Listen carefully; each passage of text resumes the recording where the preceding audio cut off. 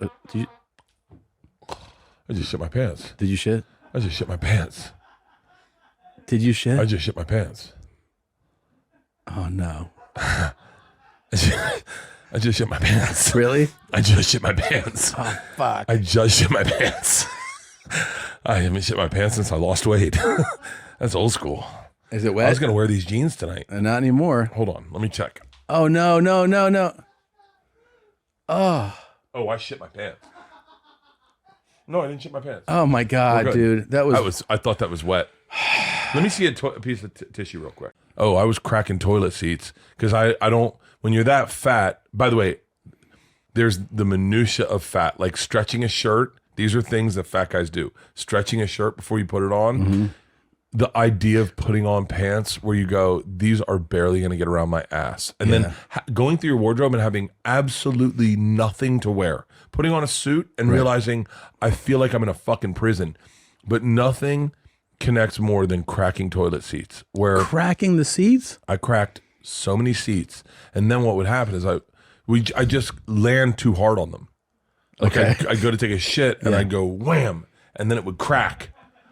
And then you couldn't find the crack, but then when you got up, it would pinch your leg, dude. The other one is fat guy move is putting your foot on your leg to tie your shoe. That's a total fat guy move. Like dude, you need to reach it here. You can tell. Yeah. You can tell fat guys. Yeah. You can tell some fat guys by their stomachs, but you can also tell really fat guys. All their shoelaces are tied on the inside. On the inside. Yeah. Dude, I stopped tying shoes altogether. Everything was a slip-on. Everything was a slip-on. It's why fat guys have such bad feet problems. Shoes were meant to be tied. They're meant to be tied, not too tight, but snug on your foot. And when you slide into all your shoes and you're overweight, you're putting so much stress on your feet and you're getting plantar fasciitis. Dude, sweatpants are such an enabler. They're enablers. Because you put on sweatpants, you're like, I'm not that fat. I can say crisscross applesauce. Comfort, yeah. Oh, and then you put on jeans and you're like I would look at you in your fancy clothes and hate you. And like fancy, like you mean pants? Well, my drinks. But yeah, I was drinking vodka on ice, just enjoying just nice, cold, crisp vodka. There is nothing better. It was delicious. Than the cleanest drink you can have in the world.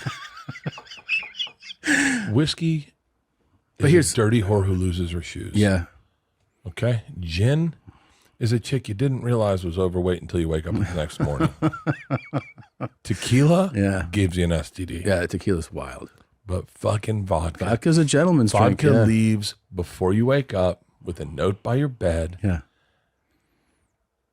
And you smile and you go, God, I wouldn't mind fucking her one more time. There's addicts and there's partiers. Partiers stop when the party's over. Yeah. And then addicts just never stop. That's true. And I was like, oh yeah, I stop when the party's over. So you're a partier. Yeah. I go, well, the party, I'm not drinking by myself in my room when no one's there and then going like, I'm going to jack off. No, the difference is with you is that you are the person who goes, come over so that the party can keep going. Do you realize my one takeaway? I had so many sober realizations. Yeah. Like over my time of sobriety. Yeah. The number one takeaway yeah, is how often everyone wants to go to bed. This is your takeaway? Like everyone wants to sleep. Everyone wants to sleep. And you? Never. I never want to sleep. I never want the party to end. I That's want everyone to stay up with me. I want to have one more drink. I want everyone to like, yo, come on. And then like, I'm cool going to bed, but like at 2 a.m. Poison control. Are drugs involved in this? Not bad ones. Okay. Honestly, just caffeine. It's kind of insane. So before one of these shows, I think we were at Marathon like 2 years ago. And Marathon is a music venue. Okay. I've probably weighed 50 pounds more than I do right now. No just judgment. keep that in mind for context. Mm-hmm. I was tired as hell. I wasn't drinking at the time. So I went to the gas station and got some caffeine pills. And it's like 4 pills in a thing. And I get back to the green room. I take the 4 pills and then read the package. Oh. And it was like you're supposed to just take one of these. You know, you got 4 deals. That's a recommendation. Yeah. Well, so I mean, this is like 10 minutes later. I finally read the package. I go back in the bathroom, make myself throw up, and like 1 empty capsule came out in my puke. By the way, DK's supposed daily routine. No. You haven't seen this? He wakes up. I think he has coffee, some water, works out, goes home, gets dressed, goes to practice, has some more water. And they're like, when are you eating? He's like, oh, like at 5 p.m. And then he has some candy too. He likes candy, which is like a Marshawn thing. He's like, yeah, I like to eat candy, like Skittles and shit. Marshawn used to take a shot of Hennessy, 2 shots of Hennessy before a game. I couldn't do that. And I like drinking. I couldn't do that. It's fucking crazy to me. You're on fucking fire. Yep. I don't know if you even see it because you're such a humble in your own head dude. I know that as you as your friend, but you are fucking scorching. It has been so fun to watch, dude. I mean, it is. Look at him blushing. It was fucking beautiful, dog. Thanks. So happy for you, man. I was so glad to get the call. 1, just to get to hang out, but 2, to tell you in front of you and your audience that, man, I have never laughed as hard. I could just bore you with how happy I am in every podcast I've watched and just fucking how genius and brilliant you are. But the Dana White one most recently. Dude, I've watched every Dana White scrum my whole career. Right? I got to where I don't even watch the fights sometimes. I just go Google Dana White and Dana see what the saying postscript, what did he say about the fights? Are they fucking worth watching? He'll tell me the truth. There's a Chinese live feed you can get of just him watching the fights too. Really? Yeah. No. We're friends of 20-something years. David Ray? Yeah, he's from a trailer park in East Nashville. Grew up piss poor. Neither one of us dreamed of being songwriters. We just dreamed of not being drug dealers. Yeah. You know, and so we're just in there piddling around, and we're like, we don't really. We can't even read. So I'm like, we're not qualified to try No to write. offense, David. Yeah, I I'm like, don't know the guy. I'm like, It's like, yeah, exactly. I'm like, we we're gotta get not a middleman over here. I'm like, we're not qualified to write a radio song by ourselves. You know what I mean? I was like, I only know one How are we person. gonna write this song? There's only one hit writer in town that'll take my call. Let me call him. Oh, yeah. Yo, Ern, do me a favor, pull up. He's like, I got you. Are you there all week? I'm like, I'm here all week. And we've told the story, but he was going to get ribs, and next door at the barbecue pit, he really just came to say. That's so earnest too. so classic. That's Ernest is that good. He's like, yeah, you know what? I got to pick up some ribs in about an hour, but I'll he stop did by them and while write a they were hit. smoking. He came in, he was like, I got like 30 minutes to kill or something. That's exactly what happened. Bus drivers get drunk. Nothing tickled me more. Yeah. Oh, yeah. You know what I'm yeah. saying? Because they live a real kind of like regimented, sober. crazy. Yeah. You know what I mean? It's like the one night where it's like, y'all don't have to drive for 40 hours. Like, just get the buses were already parked at the venue. Yeah. The venue been loaded in. Bus drivers I are the hired best. IVs Yes. for everybody the next day. you So I had really? like a 10-person nursing staff backstage. Oh, amazing. So when everybody got to the venue, like Oh, yeah, that's truck nice. drivers are getting IVs. It was the night we gave away the bonuses for the tour. It was Oh, like- what a night, dude. it was special. No, that Social ain't it. latitude. I was No, like, no. This that- place is way cooler. That That place ain't it. sucks. When you find this place, dude, you're going to be blown away. place That's sucks. like a virtual. Oh, it's brother, like, it's this got like guy a mini. stinks. Yeah, it's like a mini. It's got like mini putt golf. They got axe throwing inside of there. Oh, they got damn baby Dude, burping it was. in there. I It was. bet. They had karaoke. We were getting drunk doing karaoke. It's the most disrespectful thing I've ever heard anybody say. He and his team were up by 86, he said. 86 in a basketball game. And so then they start scoring against themselves. And at a certain point, the guys they're playing against start to get pissed, obviously, because he's draining. He's like, I'm helping you out. This is what brings me back to the Kelsey brothers. It's fucking We wild. can't do what you do. How dare you do Two Bay Airs better than us? How dare you do a better podcast than us? We got to show them our fucking strength, Tom. Okay. They need to respect us. They do. What do? How do we take these guys just back to our eye level? Just so they realize. One of us get on a plane to Philly. One of us goes to Kansas City, and we just fucking have a real 1-on-1, 2-on-2. How much bigger is Jason than me? He might have a. Is he, 6'1"? Let's How see. big is Jason Kelsey? You guys are the Kelsey brothers? Yeah. Yeah. I pick you guys. Hey. Like if they offered you a job right now and said, hey, do you think we make more money than they do? I don't know, man. How much? Type in net worth, Kelsey. Well, they both have public contracts. Oh, I bet we could raise more money for charity than they could. That's a fun one. Fuck yes! I told you it was going to show up. Yeah, it did. It showed up. That's what it is. Okay, he signed a 4-year, $57 million Okay, contract. get that off the screen. Okay, they make more money than we do too. Okay, and then what about Jason? Because he signed a contract too. Oh, his is like the ridiculous one that was like Wait, same? What? he makes $14 million a year. Okay, let's do charities. Who can raise more money for charity? I guarantee you we could smoke them. I guarantee you we can smoke them. But, and here's the key, they pick our charity, we pick their charity. Taylor Swift just kind of has an idea, and it's a fucking platinum album.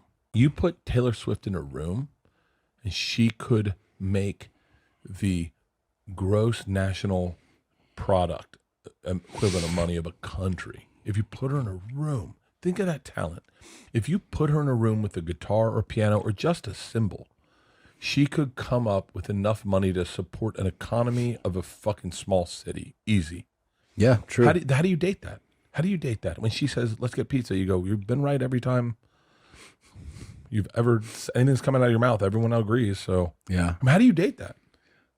I mean, when we date like mediocre chicks, when we marry mediocre, Jesus Christ, Rogan has 18 million on Instagram. Taylor Swift has 276 million fans. It's amazing, you know, to be able to have that those ability, you know, that ability to be able to organize, not only like put something together, but then find different places for things that are really great that can be close to each other and stuff. It's insane. Is it true that the Nickelback record, that what the hell is on Joey's head? That's Joey. Was about Joey? That's Joey. So yeah, I think he had like a fake Stanley Cup on his head in this photo, and they were like stoned. And I think Joey's on the cover of High Times or something like that with Chad at one point. But look at this photograph every time and what the hell is on Joey's head? Like the idea that a guy like Zach Bryan can be writing songs in the military and sets up his phone and just sweating, just singing his ass off and can connect with people with no in between, right? Yep. And that's why sometimes the establishment don't like him, because they had absolutely nothing to do with his success. But we've gotten to a place where like we're back. The last time this really happened, and somebody's going to argue with me, but fuck them, was in the 60s and the 70s. Yeah. Right, where you would see guys that were like writing their own songs and singing Willie their Nelson, own songs. Willie Nelson, Waylon, Dylan, Christopherson. James Taylor, they're Outlaws. But I mean, it went over like, I was playing Jackson Free. Have you wrote with him yet? Oh yeah. so excited you were about that lyric. I don't know. I mean, it caught me off guard. Ain't that a map dot? Ain't that a map dot Shane? Ain't that a It's like, map dot Shane? This brings me happiness. Guys, it's just a way to quantify. The easiest one to explain is like one morning I made the girls breakfast and then they went to school, and I had a cup of coffee and a cigar out in my backyard, and I was writing in my happiness journal, and I went, God, I really feel great. I feel great making that. I feel like of service. I feel great making them breakfast. And I should remember that. This brings me happiness. So then like 2 days later, I'm hungover. I'm doing shows at the store. I'm hungover. The girls are up, and Isla's like, hey, are you making breakfast? I was like, I think I'm going to just sleep. And I hear Leanne, let him sleep. He was out late last night. But in my head, I know that I'd written it down. That makes me happy. So I went, stop, get out of bed, go make them breakfast, and see if that works again. And I made them breakfast. My hangover went away. I'm laughing. I'm having coffee. We're all joking. They go all get in the Drake had some was having like a little get together in a bar that he'd rented out, a small bar, and he knew it, so we went by, and he and I had messaged What each city? other. What's that? What city were you in? In Miami, Florida. Oh, okay. He and I messaged each Oh, other yeah, on he had a Instagram. concert there last week. Yeah. A bunch of our friends drove down for the concert. From where? From Canada? No, we live in Jupiter, Oh, you do? Fort Lauderdale area. Oh, it's pretty over there. Yeah. Yeah. See, I got to Florida once and I just stayed. It's nice, isn't it? Yeah, dude, I'm telling you. I couldn't get there as a kid, but now I live there. People are on to it, brother. Yeah, yeah. But I got them. Yeah, I said, hey, and then we started talking for a little bit, and it was really nice. I thought I was going to be nervous because sometimes if you meet, like, Yeah, I think know. celebrities, sometimes you can be really nervous, and I'm glad I wasn't like real nervous. I get like that sometimes still. Is there somebody that you met that over the years and you were Oh, like, yeah. because you get surprised? The key about dyeing your beard is not dyeing at all. Right. It's about subtly dyeing it. Taking big patches. Like you had a strong mustache. Yeah, this is everything is the way it is, right? So You like, don't touch it at all. no, What is your hair? Is your hair gray? I don't know. I haven't seen it in forever. What was the longest you let it grow out? Now, Yeah. about a few days. Really? Yeah, 4 or 5 days. And you shave it yourself? yeah, Clippers or razor? I use the electric one. Where your hand molds to it. Yeah. And I just go in the shower. Oh, for real? Yeah, because it's easy. It gets really smooth. I can't believe I still have any hair.